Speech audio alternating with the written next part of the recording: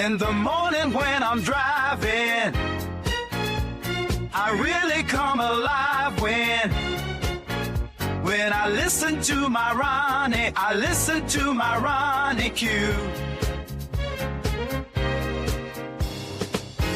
They are rare and they are few who can compare with Ronnie Q.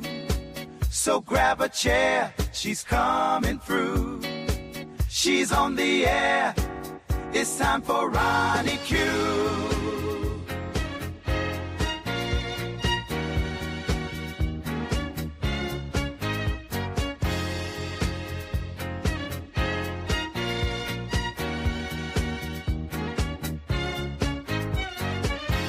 They are rare and they are few who can compare with Ronnie Q.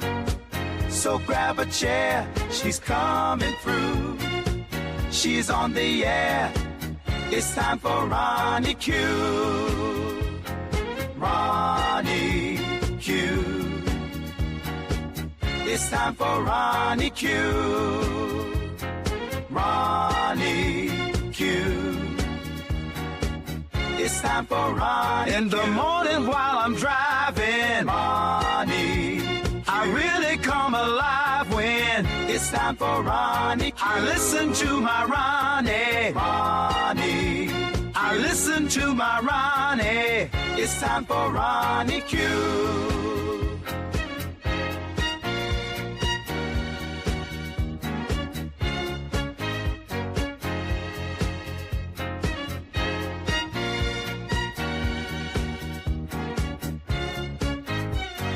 Take a seat and go meet Ronnie. Sweet, sweet, sweet, sweet Ronnie. No day complete without my Ronnie. She can't be beat. Sweet, sweet Ronnie.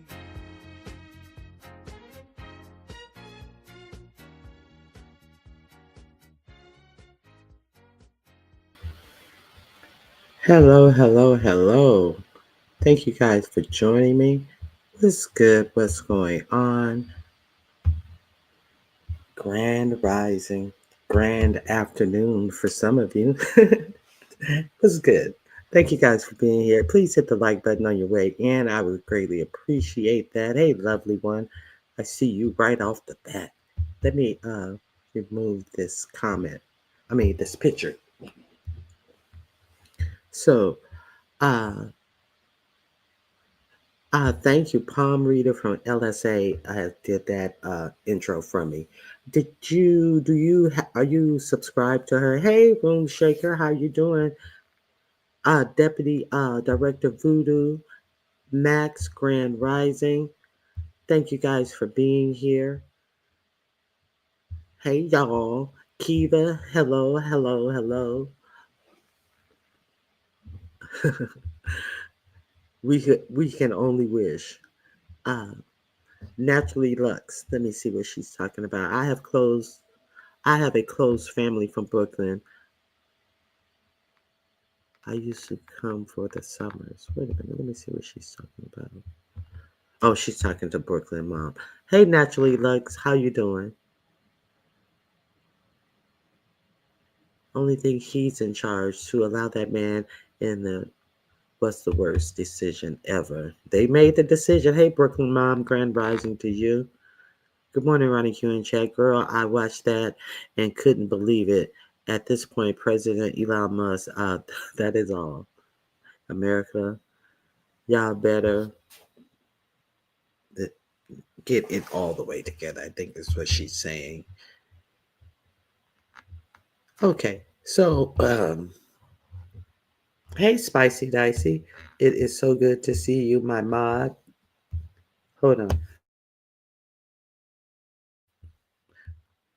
Thank you for being here.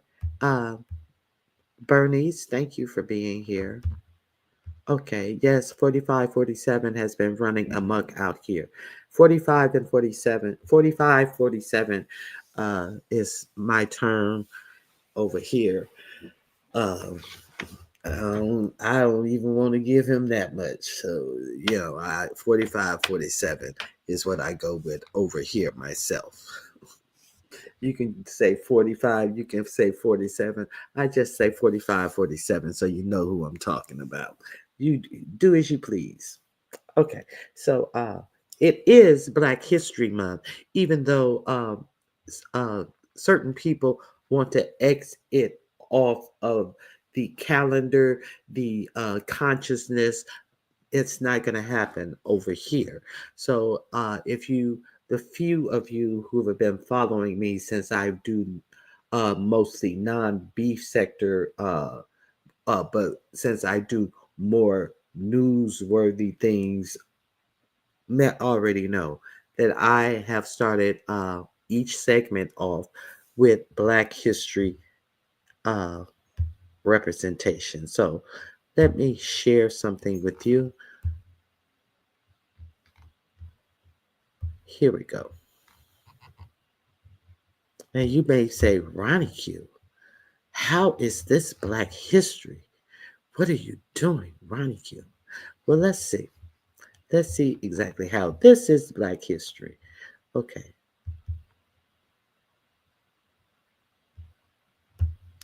You know, one of the lines that has become clear to me in Kendrick Lamar's performance last night is 40 acres and a mule. And that line is particularly potent for many Black Americans. And it happens to be a line that I remember from my education growing up in grade school in the Bronx. And I vaguely remember what it was about. It was something that was promised enslaved people. I can't remember whether I was told it was before or after emancipation, but it had to do with the Civil War. And I've since had my memory refreshed. And it was something that the federal government promised enslaved people that they would get, and it would help them get a head start. But as with many promises given to Native Americans, they didn't come through. And I never really equated 40 acres in a mule because it was not something that really ever touched my life. But in thinking about it this morning, I never really equated it with something else that was very important to American life, which was the Homestead Act. Now, if you don't recall the Homestead Act, for some reason, there's a lot of American history that was that really stayed with me. And the Homestead Act was an act that the federal government felt was extremely important because they wanted to populate the Midwestern part of our country, the prairie. And so they offered 160 acres free and clear to people who would farm the land, ranch the land. I guess it was really.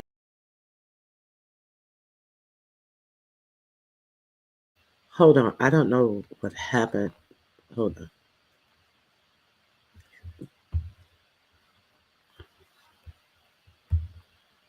Hold on 1 minute.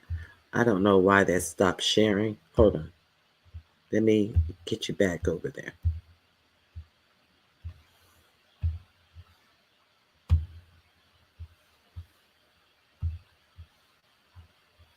Okay, we're back.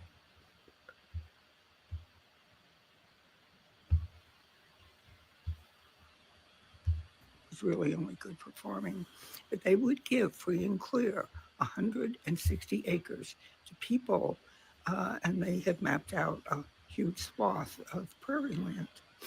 And it was white people who took that land. And that's how a lot of our Midwest cities came into being. And they didn't rescind that promise. They gave 160 acres to people free and clear. All they had to do was stake it out. And this may be apocryphal, but I seem to remember in class hearing how there was a date and they had people lining up and they set off a bell and you could just go and stake out your plot of land, and it was yours, and you could farm it. And that was the beginning of generational wealth for a lot of white people. A lot of these people came from Germany and Middle European countries, and they got a stake in this country.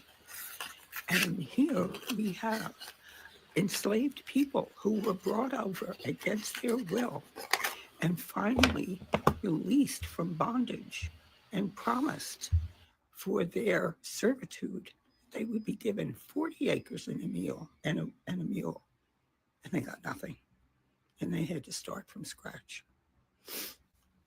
Just a thought. Think about that. Think about how you'd feel if that promise was made to you and then you were just blown off. Okay, that's it.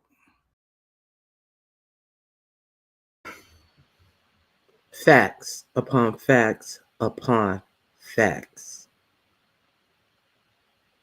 don't mean nothing until you really know your history, until you really know the history, until it seems impossible, until you understand that it is always possible. It is more than possible. 40 acres for every slave, that's impossible. Reparations for what was done to you, well, that's impossible. No, everything is more than possible. Okay, so the Homestead Act ended in 1976. Nothing ever came of it for African Americans.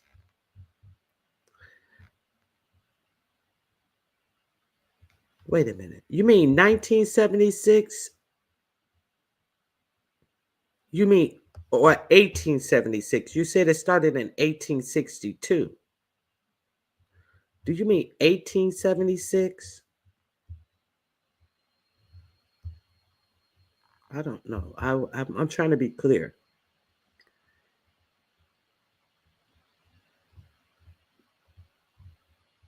1976. Wow. Now, I did not know about the Homestead Act ending in 1976.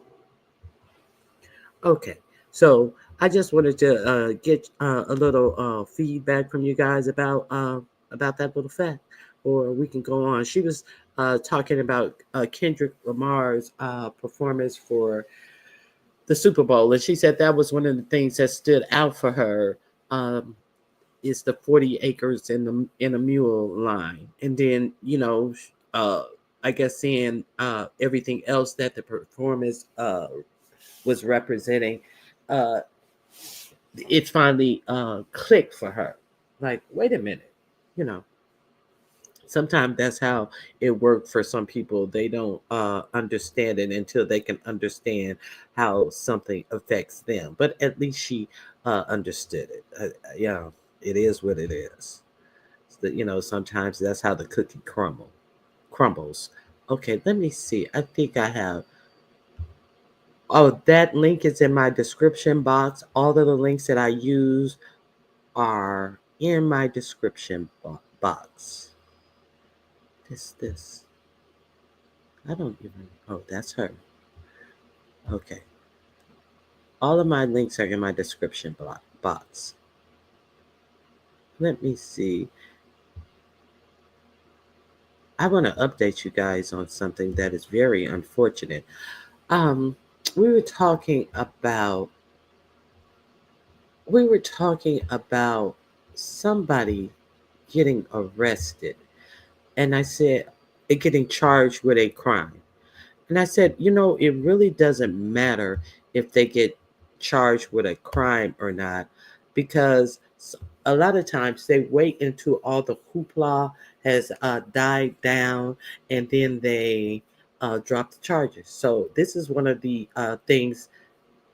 This is one of the things that I'm talking about. Remember the prosecutor who covered up Ahmaud's Arbery unaliving and tried to protect the the father who had worked with her personally and said that there was nothing to investigate. Well, they finally put charges on her, and they have now dropped all the charges on her. Let's remind ourselves what she did or what she did not do, however you want to look at it.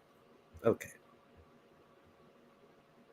They wait until it's no longer uh, in the media or talked about every day, and they just smoothly drop the charges. Here we go. Arbery case. Remember the cover up? Remember the prosecutor at the center of it? Remember what it took to get that prosecutor arrested? Let me remind you of how this started. Here it is.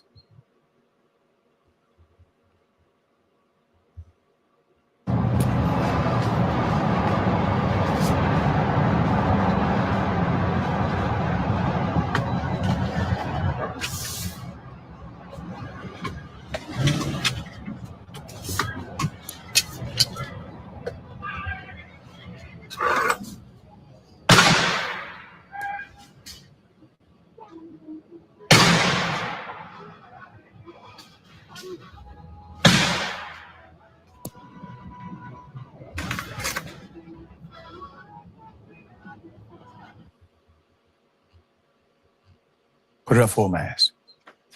I remember I was doing morning radio at this time in Atlanta, and I got a phone call from a local elected official down in Brunswick, Georgia, who told me about this. And at that time, there was no national news around it. I was also doing early Sunday morning commentary for MSNBC. And nobody wanted to pick this up because all of the narratives were contrary to the truth of what happened. So when you went to the local paper or you looked up a local online article, it basically said that the young man was trying to rob somebody or trying to steal things, etc. None of these things were true.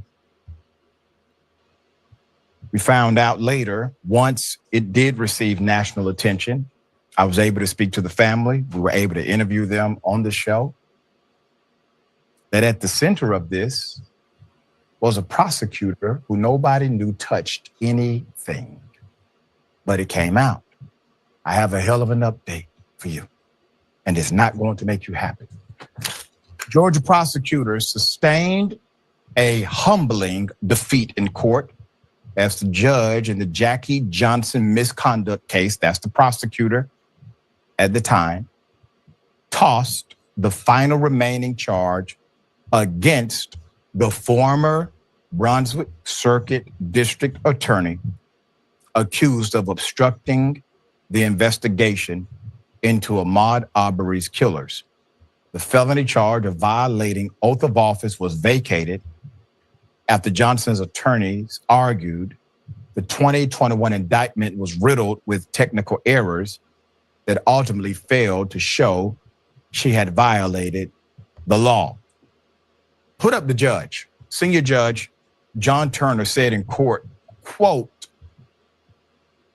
"Frankly, this is a decision I didn't want to make." But he said the defense's challenge to the indictment, quote, "needs to be granted," end quote. On Tuesday, Turner dismissed a misdemeanor count of obstructing police after he found, quote, "not one scintilla of evidence that would authorize a verdict on that count." Now, he's not the one to authorize. He decided to step in between the normal judicial process and summarily dismiss the charge, saying that there's no way anybody would ever convict. On this, they won't now. We're just going to dismiss it. There's more. Prosecutors from the Georgia Attorney General's office, Chris Carr, alleged Johnson sought to protect her former chief investigator and longtime friend, Greg McMichael, after he and his son, Travis, chased the young Arbery in their pickup truck, thinking he was responsible for a number of neighborhood thefts. An hour after the shooting of Ahmaud Arbery, Greg McMichael called the prosecutor, Jackie Johnson, his former boss, asking for help. Prosecutors alleged I need somebody that Johnson, help. despite recusing herself from the Don't case, anybody pulled help. strings to keep the McMichaels from being arrested at the scene. Then, the 10-year DA allegedly saw to it that the case was transferred to a neighboring prosecutor, George Barnhill, who had already advised Brunswick police criminal charges against the McMichaels were not warranted. But Barnhill testified Johnson had no input in his decision. Johnson testified that she never told anyone to shield the McMichaels from prosecutions. What's really happening here? They had time to get their story straight. They had time to get their story straight. While the narrative will say she recused herself from the case, no, not initially. She did not recuse herself. She inserted herself until questions started to rise. And she then kicks it to her buddy, an adjacent county. What does her buddy do? Her buddy, instead of allowing a grand jury to weigh the evidence, her friend, Barnhill, writes a defense memo, even though he is a circuit elected prosecutor. He writes a defense memo and says, oh, there's no issue here. There was no crime. When was the last time you heard of a prosecutor doing such a thing for two civilians who just, to refresh your memory. Yes, she kicked it over to him and told him that there is no crime here. And when he got the case, he came out with this whole he was in the neighborhood and he was a known thief and all of this. This is what he said when he brought the case as a prosecutor of why he wasn't that's why they wait until it's way shit. Them and McMichaels probably didn't did 3-4 years by now, and they just get into this hole, and nobody is going to find her guilty of that. That's not his job to say. It's his job to sit on the bench and have the attorneys present their evidence to a jury to decide if they were going to find her guilty on that. See, that's all I was saying about, sometimes it don't even matter if they, I forget what case we were talking about. It was some brazen case similar to this. Okay, let's continue.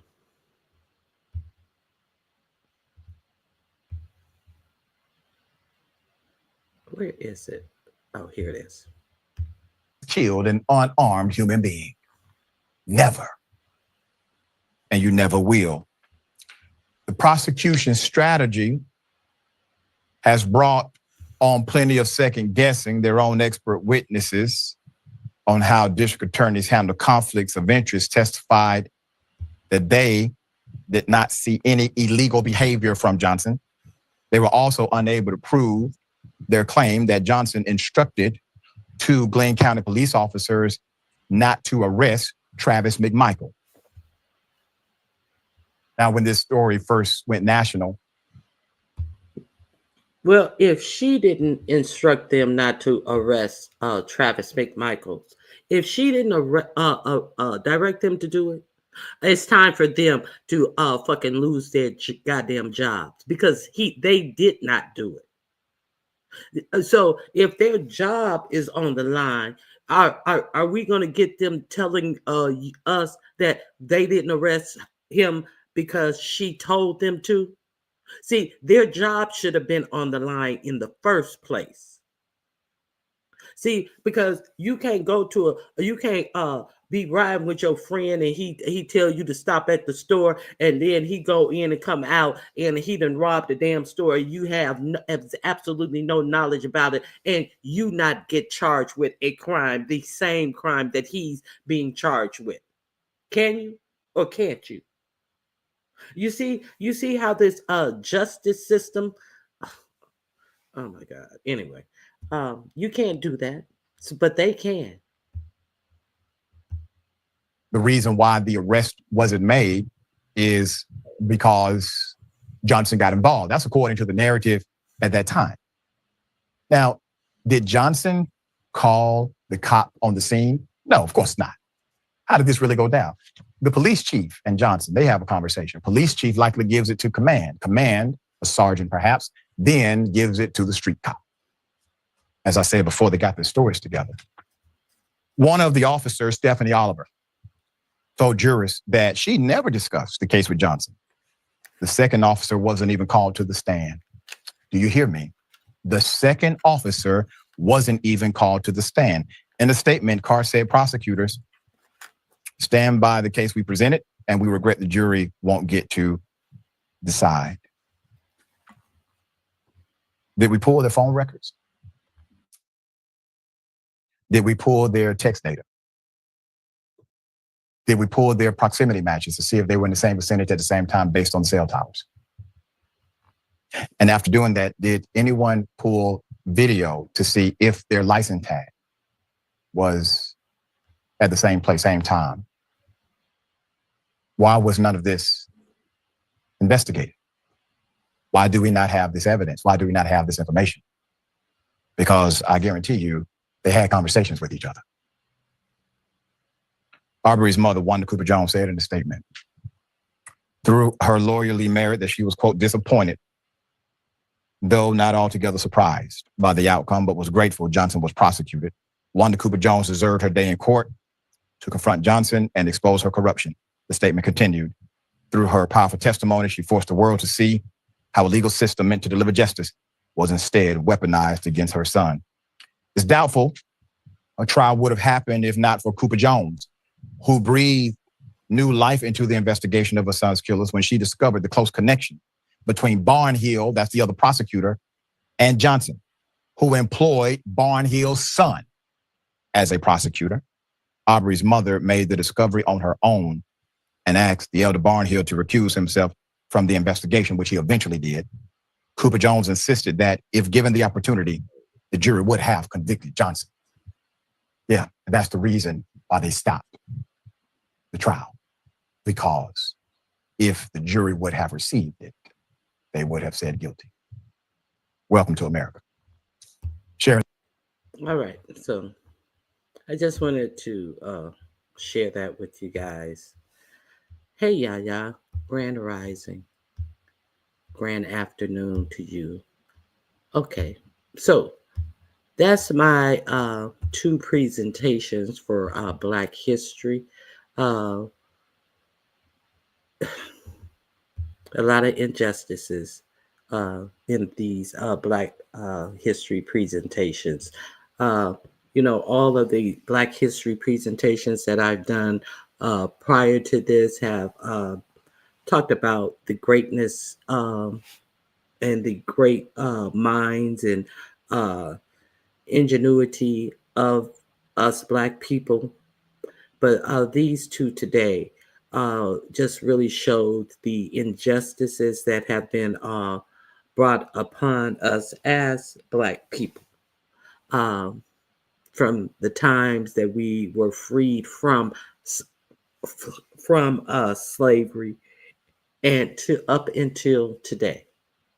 So that are very impactful, So that is a part of our history as well. But they want us to always forget it, and we learned skills as slaves and all of this that had.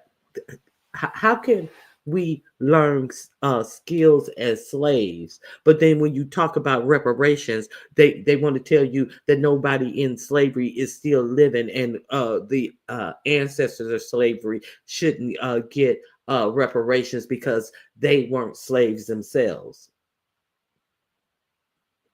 Make it make sense.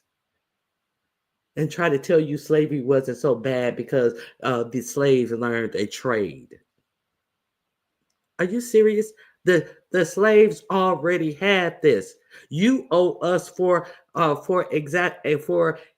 stealing the Africans from Africa who already had this knowledge. They bought slaves from certain regions because they knew that this region was good on growing rice. So they wanted slaves from specific regions for the specific things that these Africans could do once they got to America, but they want to act like they taught you something when they couldn't even survive on this land themselves. That goddamn Ron DeSantis talking about people from Africa learned a trade.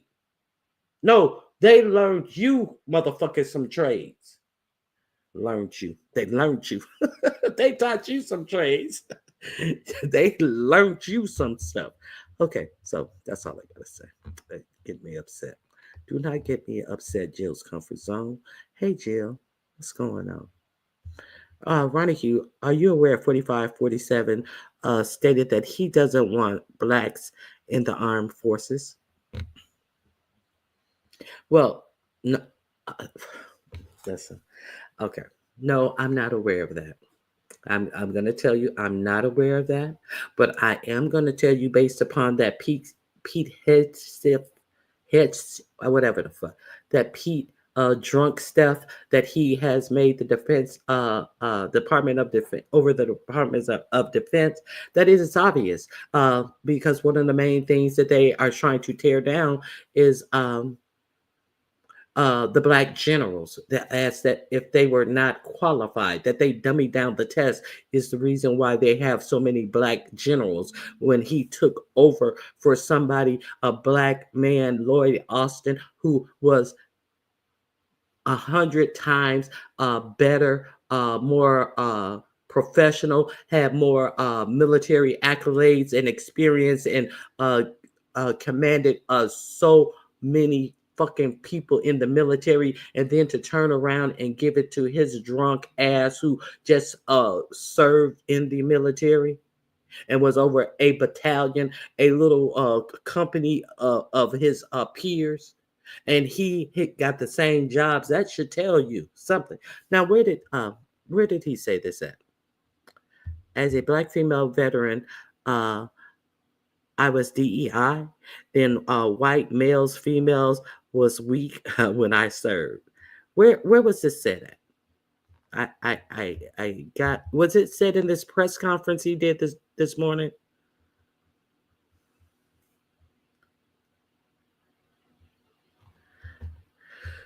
Wake up, wake up, wake up. It's almost the middle of the month. Let me see. I'm going to get the answer from Nappy Child. You actually, you should be. Don't blame me for getting you upset. You do that perfectly well by yourself. Hush you. You're right, though. Hey, youngest, grand rising, grand afternoon. I done told you to calm your nerves, honey. Okay. Yes, you have. You definitely have. No, but all of these stories get under my skin. Mine as well. Ronnie, this really wasn't a 40 acres and a mule. Lincoln created it in September of 1965, and Johnson reversed it in November of 1865, and Johnson reversed it in November of 1865, shortly after Lincoln died. All of that land was returned to the owners. Well, there really was one. So uh, Johnson basically did a executive order I wonder, wait a minute. Now we gotta, how did Lincoln put it? He didn't do an executive order, because you can only rescind an executive order. The following presidents can only rescind executive orders if it was actually voted on in the Congress and the Senate.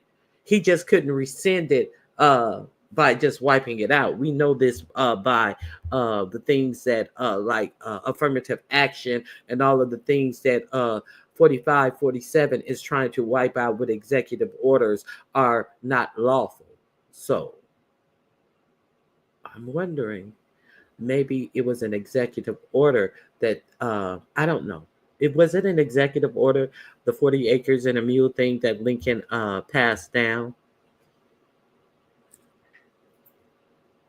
Obviously, uh, you saying it was, but okay, right. What did you say? Uh, there really isn't or wasn't a 40 make acres and a mule. Well, yes, there was, because it was created and it was rescinded. So I think that they go on the fact that he declared, or I don't know how the 40 acres, what legislation the 40 acres and a mule was put in, but yes, it there really was a 40 acre and a mule thing. So I think that when people refer to that, they refer to that as a promise broken. And whoever rescinded, however it was rescinded, it still was a promise broken, that was going to happen. And you know, the all the slave owners got reparations upon the release of the slaves. They got approximately, no, they got $300 in their time, in their real time. They got $300 per slave. So they were paid for the freeing of the slaves, of those, not $300 in what $300 would mean in our time. No, they got paid $300 or what it meant in their era per slave. So there's that. And of course, this wasn't a promise to all slave owners, only South Carolina, Georgia, and Florida. I did not know that. I did not know that. Spicy Dicey is with the history lesson. Be right back. Take your time, Jill. Take your time. We gonna wait on you, Jill. I'm just kidding, Jill. Jill is my friend. I'm just messing with Jill. Hey, for good and evil, grand afternoon to you. Hey, Miss LA. It was, but only lasted for a few months. Yes, I thank you. Thank you, Miss LA, for becoming a member for 5 months. I appreciate your support. What are we talking about? Reconstruction? No, we were talking. I played a video of an old white woman who said she never really tripped on what 40 acres and a mule was until she watched Kendrick Lamar's performance, and she started pondering it. And she said that, she had to rattle her mind to even remember what 40 acres and a. Yes, we are. Yes, we are. Listen, hold on. Hey, stop it. Stop it. Stop it. Don't, no. And then she realized the Homestead Act, that when the United States wanted the Midwest to be populated by more people, they gave a Homestead Act of 160 acres to anybody who would go out there and use the land and farm on the land, and make it their own. They could have the land for free. So it was at that point that she realized how would we feel? I mean, how would we feel if she understand how we feel with that promise denied to us? And she said that she also connected the fact that them giving that land and different different people from different ethnic backgrounds were given that free land as well. And she said, how would we? She understood how we feel. Now, um, that's what we were talking about. Yes, I knew it was a thing. I know. I'm mulling the information over as I get it because you're telling me some things I didn't know. So, yes, it was a thing. If only.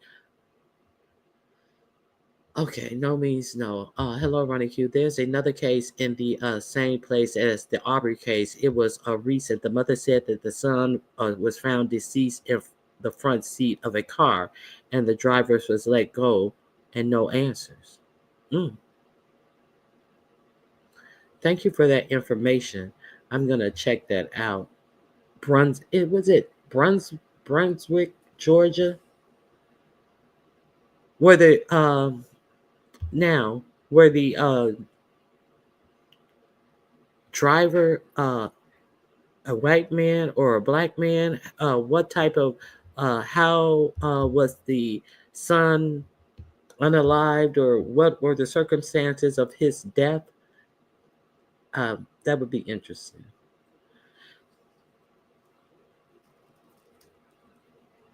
I saw a video the other day. An older woman was talking about the promise. She was taught that in school. I don't know what the promise you're talking about. You mean the 40 acres and a mule promise?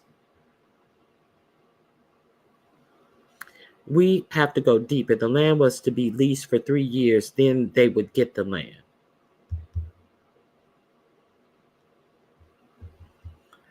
Yes, that's the one. Andrew Johnson ended the Reconstruction era when he became president after Lincoln. Okay. Mm, mm, mm. Yes, I can replay it. Okay. There's a lady at my job in her 50s. I was shocked that she didn't know what 40 acres and a mule was all about. Okay. Tebe, she's Negro, Black, or skin folk because the skin folks are not kin folks in this sense.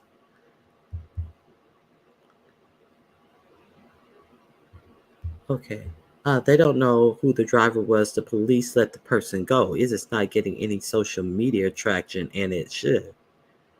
But what are the circumstances of the death, though? Ronnie Q, please scroll up. Hey, focus on what you love.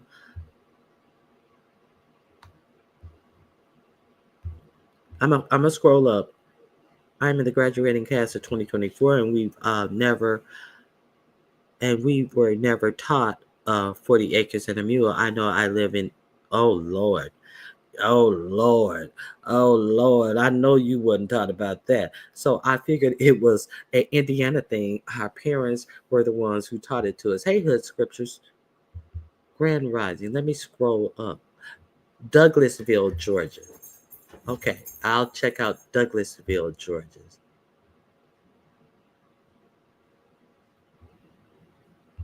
You responded to my questions. Okay. Let me see.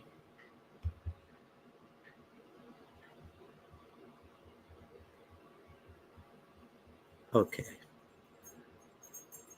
The YouTuber Jesse Dollamore did a video. I'm subscribed to him. Let me find that.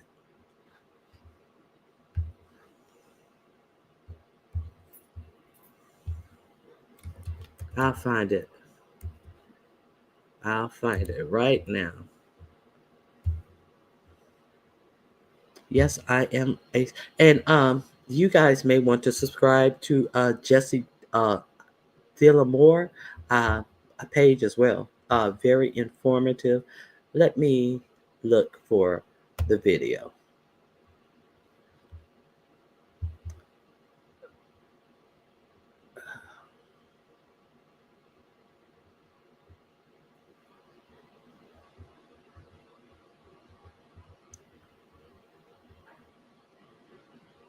I don't see it. Is it a video or a live? Oh, he's not my successor. You're talking about not wanting blacks in the military, right? Yep, I got it. Oh, yes. Actually, I did hear that the military is not recruiting at black institutions that they normally uh, recruit engineers at. They say that they have to hire engineers from India because there's not enough experienced engineers coming from the United States, when we know that that is just a way for the greedy motherfuckers, the richest person in the world, to hire cheap labor and pay them around $70,000 to work at his companies that we're so supposed to be so impressed about his intelligence at, that he goes over and hire immigrants whose stay here in the United States is based upon their work, and therefore he can pay them $70,000 and put them up in a apartment in Silicon Valley, 6 to 8 to a single apartment, and they work round the clock, because if they don't please their boss, they will lose their visa. And he can pay them petty money, which is good money to send back home. And it's not like you have to pay for where you live. So win-win for everybody, huh? And then just pretend like the Americans are so unintelligent. Let me share this with you. Thank you. Thank you for sending me that. I obviously missed that. I want to share this with you guys, and let me share this.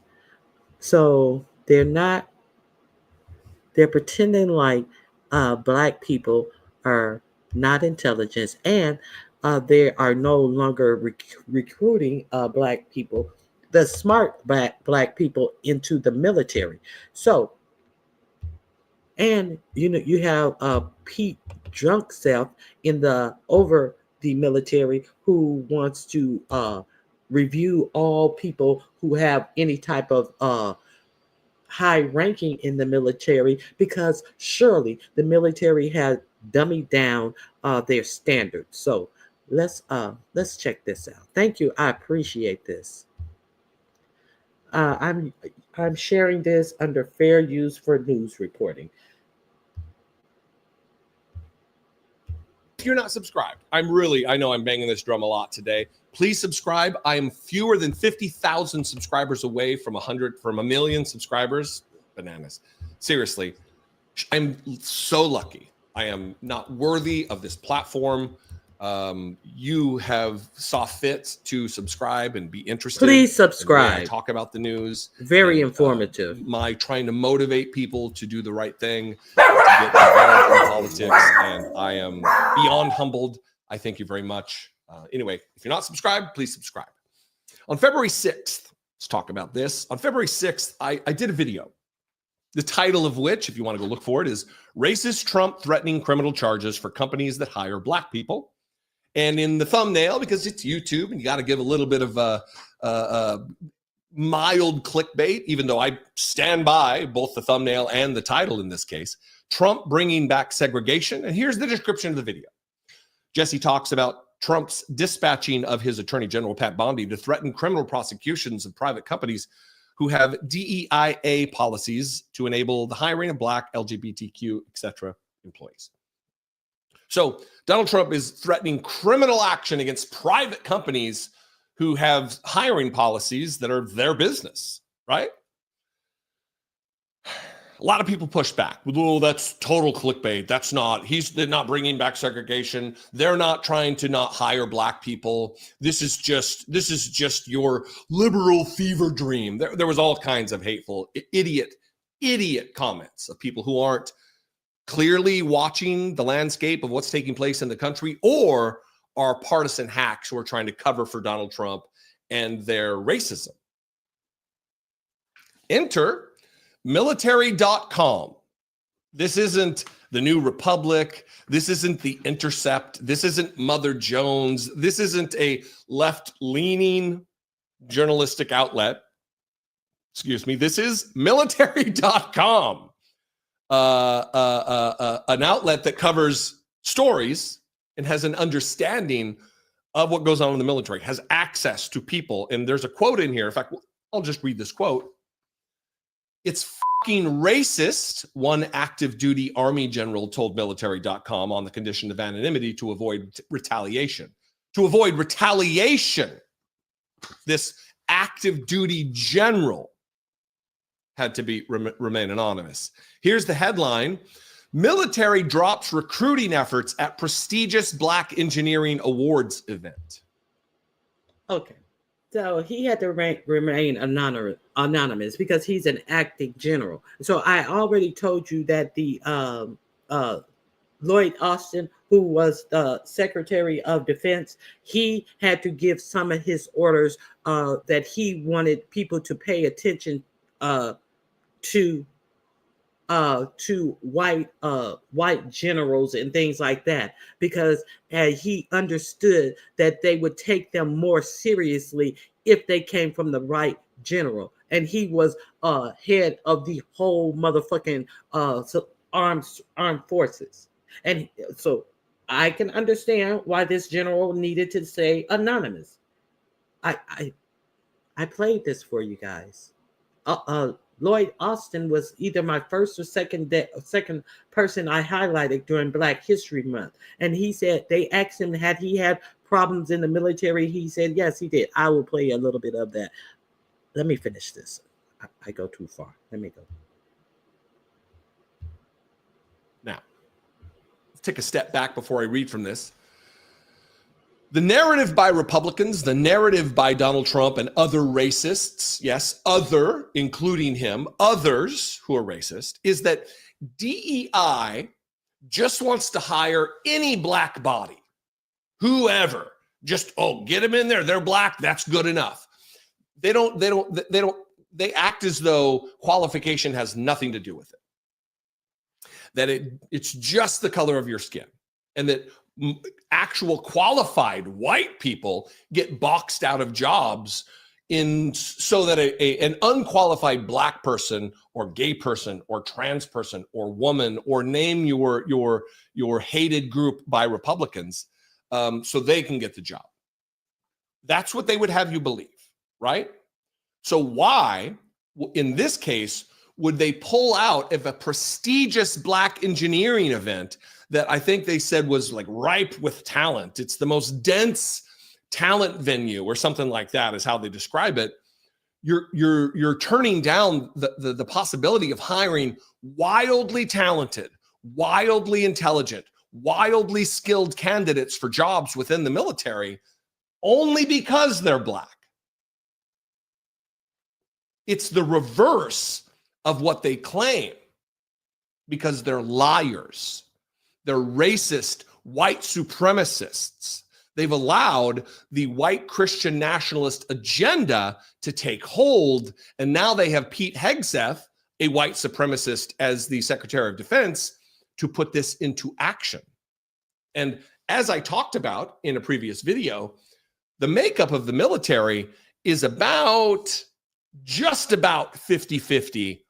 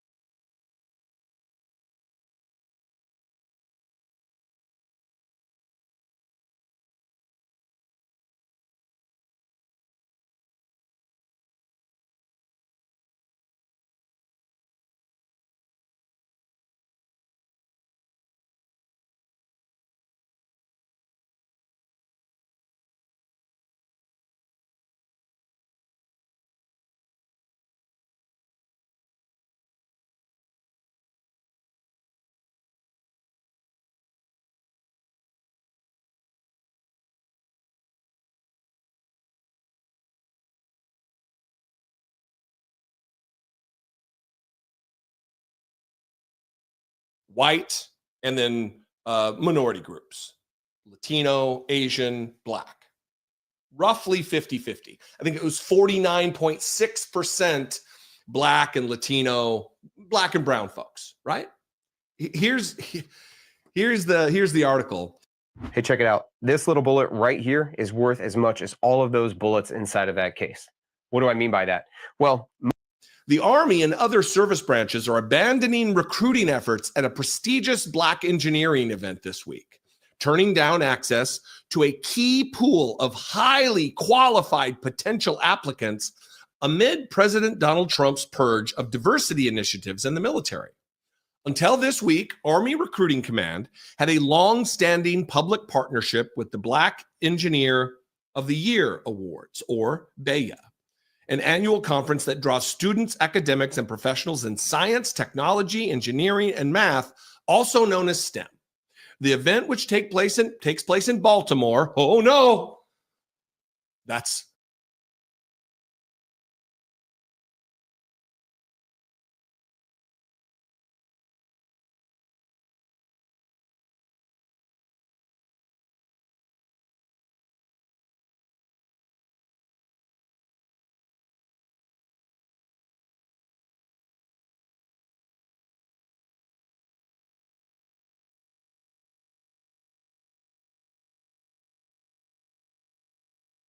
a historically very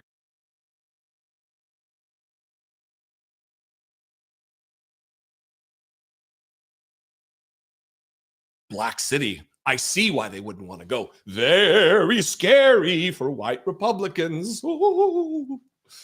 Yeah. The event, which takes place in Baltimore, has historically been a key venue for the Pentagon to recruit talent, including awarding reserve officers training corps scholarships and pitching military service to rising engineers. Past BEYA events have included the Army Chief of Staff and the Defense Secretary. Quote, "This is one of the most talent-dense events we do," one Army recruiter told military.com, on the condition that their name not be used. "Our footprint there has always been significant. We need that talent," says a subject matter expert, a military recruiter. We need that talent, whether they be Black or white. These are talented, qualified, skilled individuals. The services cited concerns that participation in the predominantly Black event could run afoul of Trump's order and the Pentagon's intensifying push to erase diversity efforts in the military, according to multiple sources familiar with the decision. Defense Secretary Pete Hegseth on January 31 ordered that Black History Month, Women's History Month, and others were officially dead, quote unquote, and that the military would no longer mark them. Quote, "In compliance with the Department of Defense and Headquarters Department of the Army guidance, U.S. Army Recruiting Command will not participate in the upcoming BEYA event," Madison Bonzo, a service spokesperson, said in a statement to military.com. Quote, "Service members and civilians are permitted to attend this event in an unofficial, personal capacity if they choose to do so." The Navy, Air Force, and Space Force also pulling out of the event. And then down here, additional recruiting events tied to specific racial or gender groups are also likely to be scrapped, two defense officials told military.com. That includes other conferences and career fairs with thousands of participants, thousands of qualified, highly skilled participants. So what's the reason? They're Black. Are they qualified? Yes. Are they highly skilled? Yes. Are they sought after? Yes. Would they benefit the military? Yes. But because they're Black, this is where the rubber hits the road, folks. Are they skilled? Yes. But are they Black? Yes. Disqualified. We're not. Okay. Yes, my mouth was running a mile a minute. So, Miss Toby, we need answers. How come you didn't tell us that it was going on over there at the Baltimore and all of these highly qualified people? They are purposely excluding. Okay. So let me continue. We may be missing a show up from Brooke Valentine and Malik. You know, they need opportunities as well. No, well, I don't know. But go ahead. We're not even going to look at them. We're not going to seek them. We're not going to try to recruit them because they're Black. in spite of the fact that they're Because they have to keep up their narrative that Black people are not intelligent. Let's be clear. Because they so insecure. That's good. qualified, in spite of the fact that they have a specialization, a skill set that is wildly needed by our government. But because they're Black, they're not being hired. And we're going to finish with that quote I read earlier. If you do one thing today to change your life, watch this video.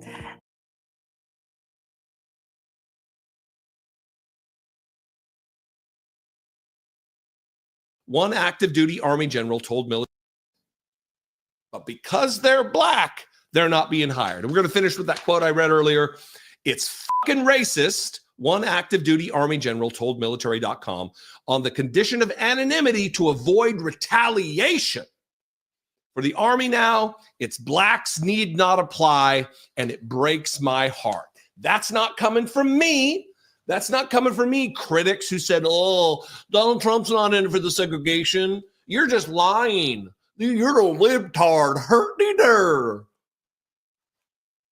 A U.S. Army general, someone who he hadn't been there, they hadn't been there, whatever they are, a woman or man, hadn't been there for 15 minutes. They've likely been there for 30 years. They are also a subject matter expert, YouTube troll. You are not. You are an armchair moron who supports a fascist. You're just lying, libtard. Fantastic. I stand by my earlier video from February 6th, and I'm adding to the pile of evidence here. This is the agenda. The Republican Party is the most organized, most effective white supremacy organization on the planet. And they're going to ruin our military. They're going to decrease its numbers. Anyway, all of the things that you can extrapolate from what kind of deleterious effects this will have on military readiness, on our security posture on a global stage. What do you think? I invite you to this conversation. You can comment below. You can. Okay, I'm going to drop his link one more time. He does a great commentary, as you may have just seen. Here's the link one more time.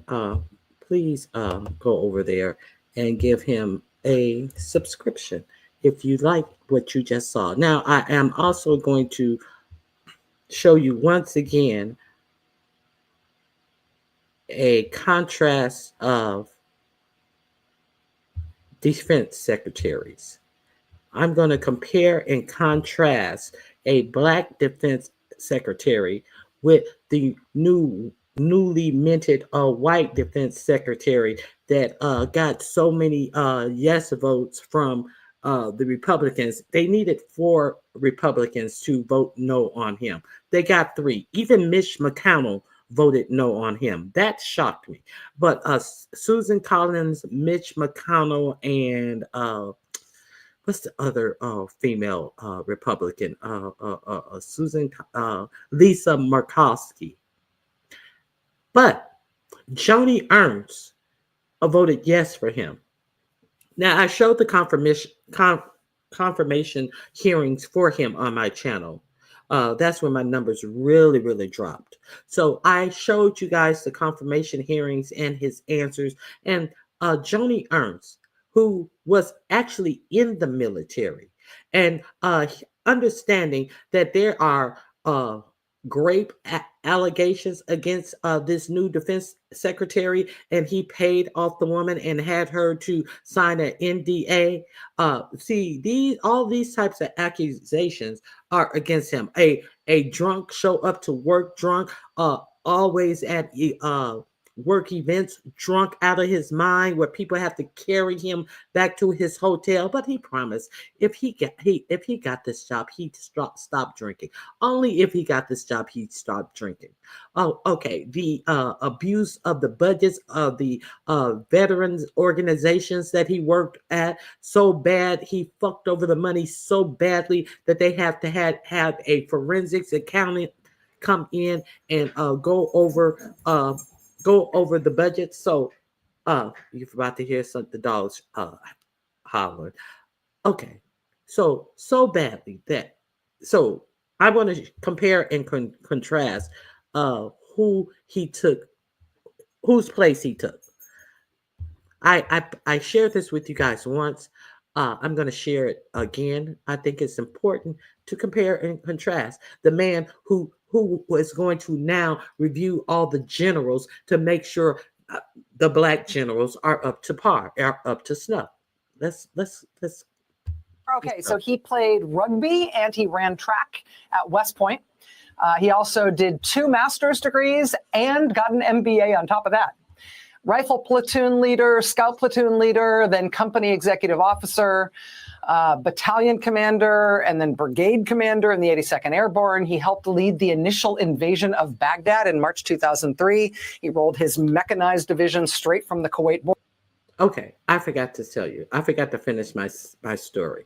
So he needed 4 people to vote him down. He got 3 people. But Lisa McCloskey, knowing all of this about him, hearing all of him saying that he didn't think that women should be in combat, period. He did not think women should be in the service. He thought that women should be at home in a dress somewhere. He wrote all of this stuff in a book. And hearing the allegations about SA activities against him. Now, this is a woman who has been in the military over 20 years, know what it gives, and had been actually RA graped it but herself while in the military. And she voted yes on this motherfucker. These motherfucker Republicans know that Elon Musk has said that if they do not do what he wants them to do, he will personally finance somebody to go up against them in the Republican primaries to knock them out of their jobs. So these spineless motherfuckers care more about their one position, their own personal job and connection to power, than they do about anything about America. Let's be clear. All this America first bullshit that they talking, that's some white supremacy bullshit that they talking. Whenever you hear them talk about, oh, well, this the new American first agenda. America is isolating themselves so much. Review my videos from the past 2 days. Okay, compare and contrast. Back on topic. Border overland right into the center of Baghdad, won a Silver Star for his valor in that operation. Then to Afghanistan, where he led the 10th Mountain Division. Then he became chief of staff at CENTCOM.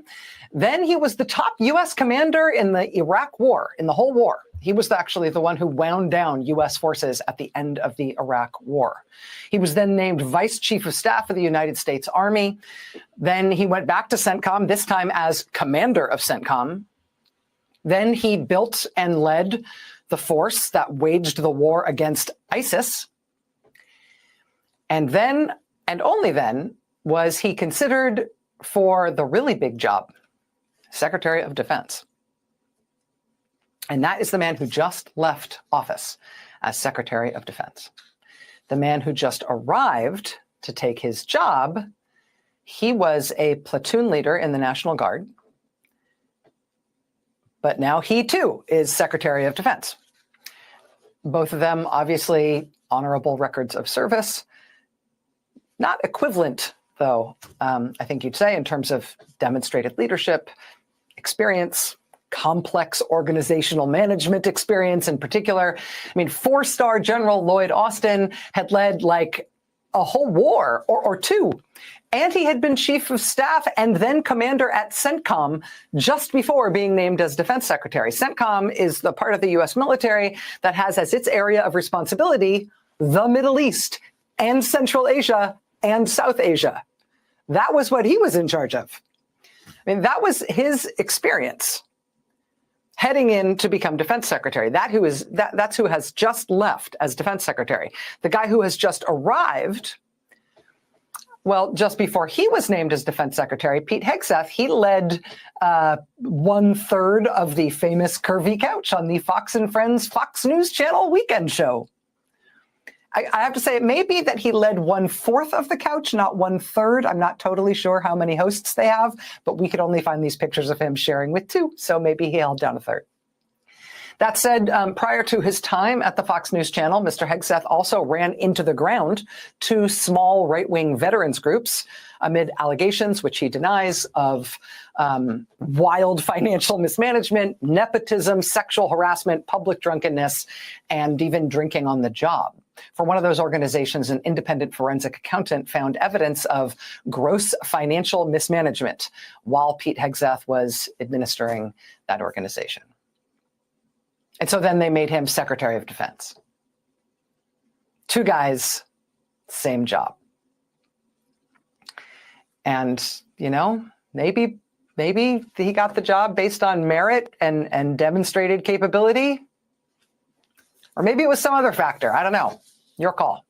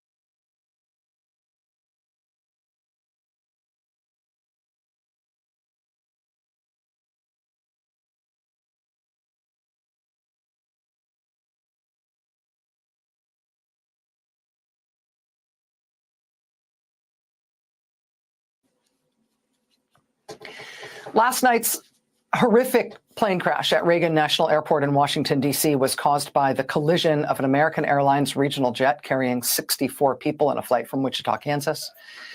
It collided with a U.S. Army Black Hawk helicopter that was carrying 3 crew members.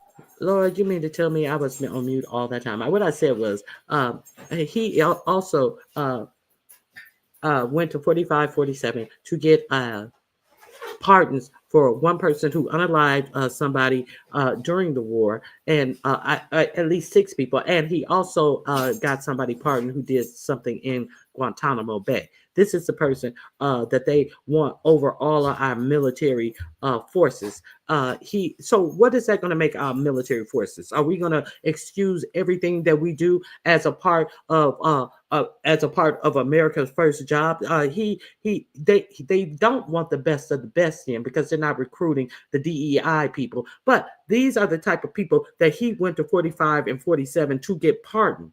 So this is the type of military force that they want, but they say that we're not qualified. So who is really qualified? When you think about that, who's really qualified? Because they were his friends. Birds of a feather do what? Flock together. Okay, did y'all know about that? I'm sorry I was on mute so long. So I dropped the link.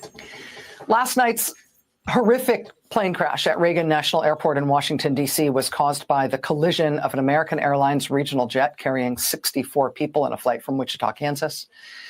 It collided with a U.S. Army Black Hawk helicopter that was carrying 3 crew members. And tragically, there appear to have been no survivors of the crash on either aircraft. And in the aftermath of this terrible incident, newly confirmed Trump administration Defense Secretary Pete Hegseth screwed up. When a service member, any service member is killed while in service, there is a strict policy at the Pentagon. The Defense Department gives no information about any service member who has been killed until at least 24 hours has elapsed since their death. They do not give their rank, their name, they do not give their age, they do not give their rank. They give no information about the service member in question. And the reason they do that is because the Defense Department, sadly, but also obviously, has to deal with delivering terrible news like that way more than any other element of our government does. And so they very much know how to do it, and they have very strict rules about it. They are irreducibly strict, for example, about that 24-hour rule, specifically so they can be absolutely sure that the next of kin have been notified and have had time to absorb the information before any public announcement is made about the death of a particular service member.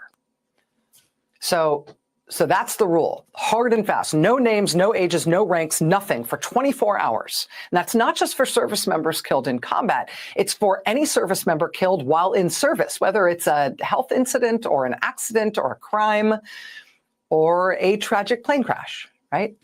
That's the rule.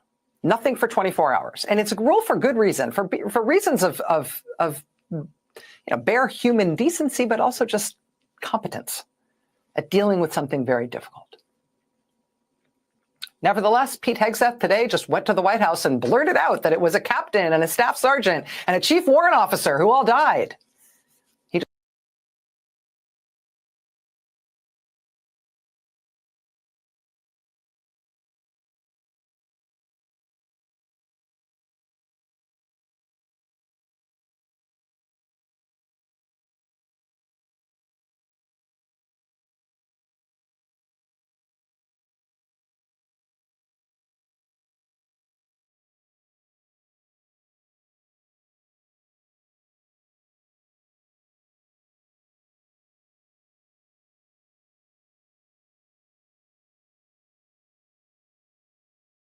Let's not forget that he also said that the reason for that crash was because of DEI.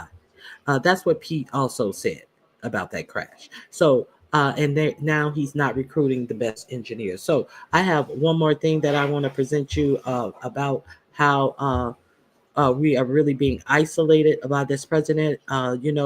He has announced tariffs on steel and aluminum. So I'm going to leave you guys with this. China don't care. I've talked to you guys about the BRICS nations that have solidified collecting gold, stockpiling gold, as opposed to stockpiling the U.S. dollar to complete trade deals amongst themselves. I talked to you about that South Africa thing that 45-47 is not giving them aid, but South Africa is the S in BRICS. So do you think that that's going to harm us more, or do you think that's going to harm South Africa? And then he actually had the audacity to say that the white Africans who are losing their land when nobody has lost their land because they just I explained that yesterday. They just put that into law, and it's for unused farmland. It's not like they going in and taking them off their farm. So I talked about that on yesterday. Watch my video from yesterday. So with this new China tariffs on steel, this is the response from China. Let me play this. Retaliating against his tariffs, slapping their own on some American goods. President Trump's been targeting China alongside Canada and Mexico, calling it a war on drugs. But while he turned around on Canada and Mexico, things with China are escalating. Chinese citizens are reacting. One comment's gone viral saying, "Treat others in the same way they treat us." Others are saying simply support or nicely done. China's fighting back against Trump, retaliating. Okay, so there's that. I think I want to show this with you too. I want to share this one as well.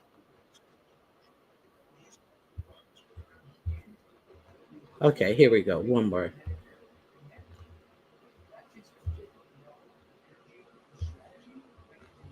Yeah, I see, because your regular news media is going to act like, oh, this is what happened and that's all it is. That's not all it is when this happened. BRICS, BRI, Brazil, Russia, uh, India. Who is the C in BRICS? China. And who's the S? South Africa. Had China cornered. A fresh round of tariffs. The U.S. thought it had China cornered. A fresh round of tariffs was supposed to squeeze Beijing, force its hand, and bring it to the negotiation table. But China didn't flinch. Instead of backing down, it played a long game, one that had been in motion.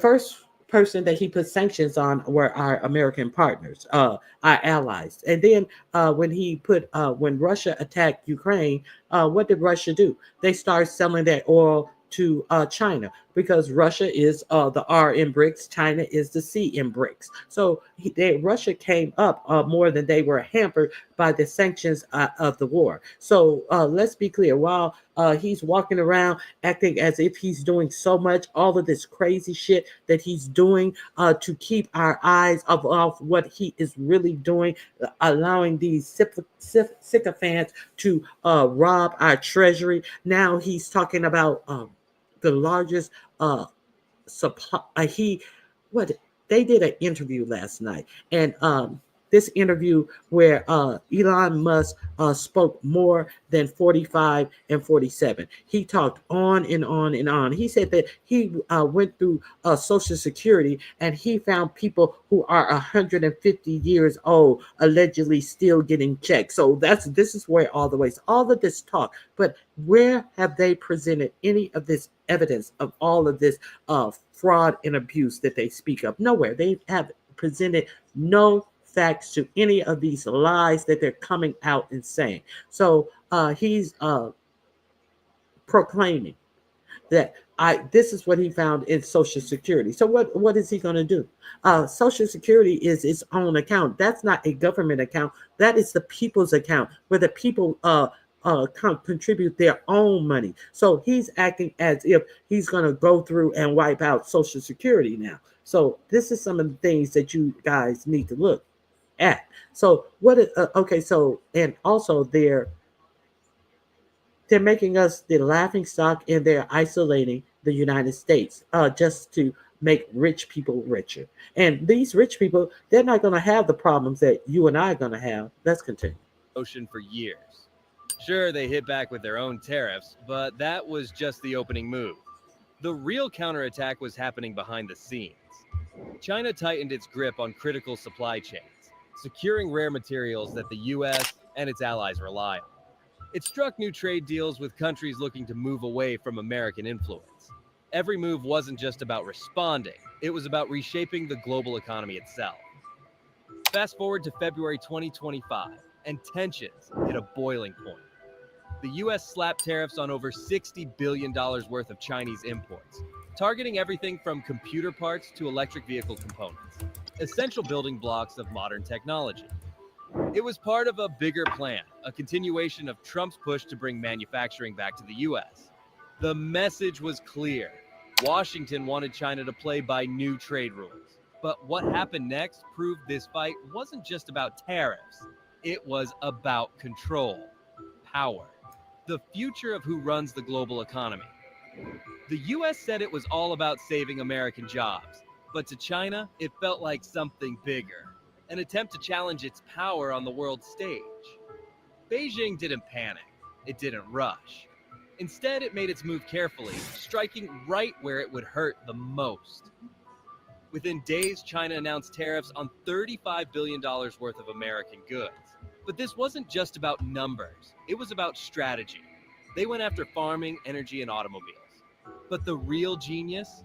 They picked products that mattered most in key U.S. political regions. Soybeans from the Midwest? That's the heart of American agriculture. Watch this before drinking plant-based milks. Oat milk.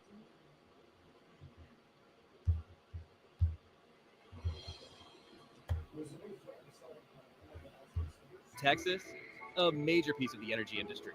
China wasn't just hitting the economy, it was turning American businesses against their own government's policies.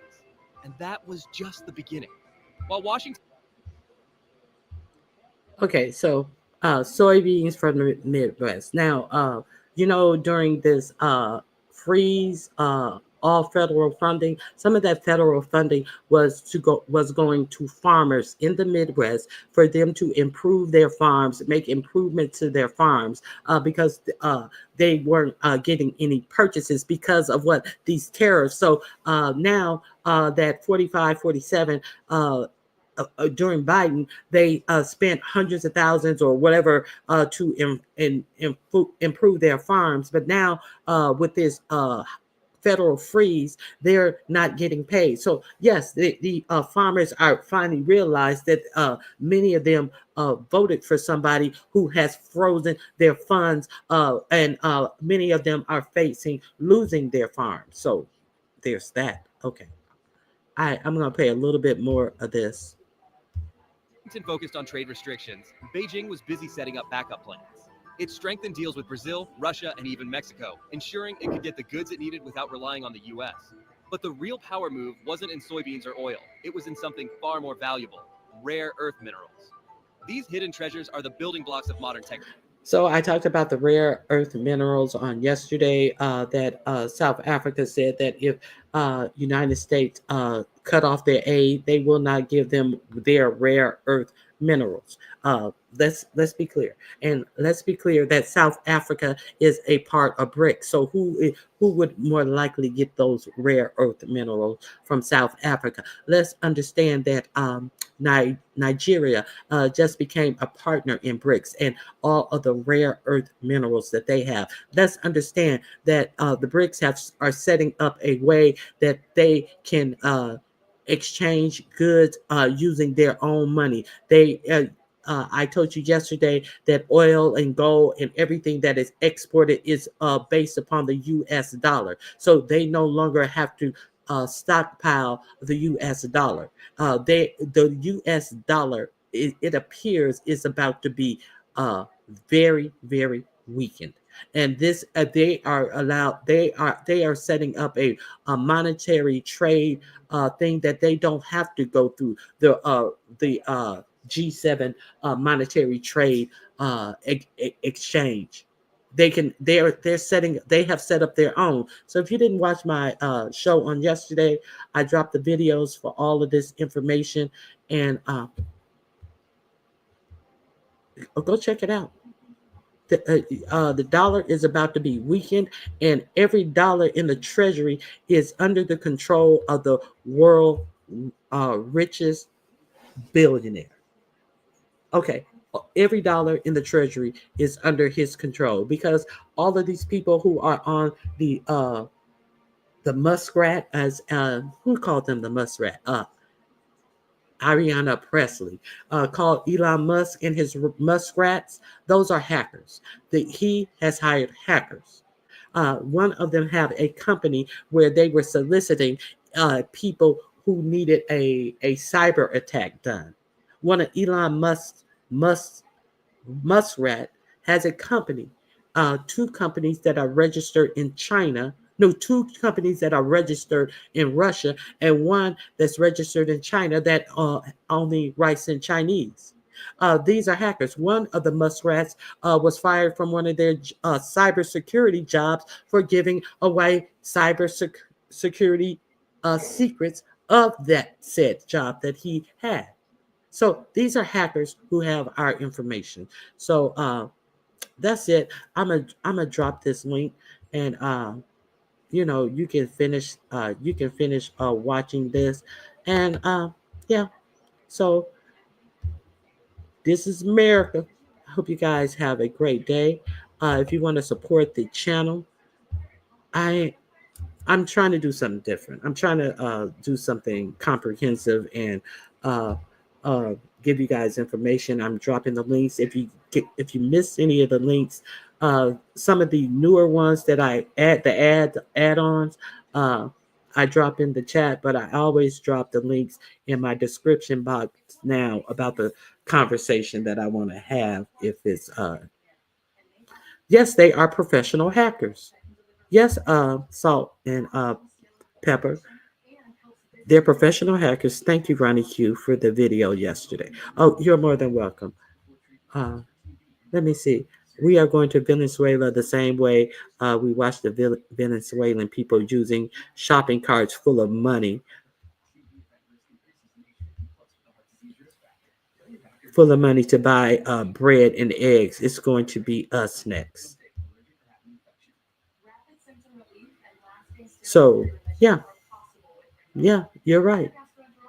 It's going to take that much of the useless U.S. dollar to buy a bread and eggs. So, right, everybody thinking it's the same old thing, the same old. No, no, no, no, no, no. It's very different. So, thank you guys. If you want to support the channel, $ Ronnie Q. If you hit the like button on your way in, I would greatly appreciate it.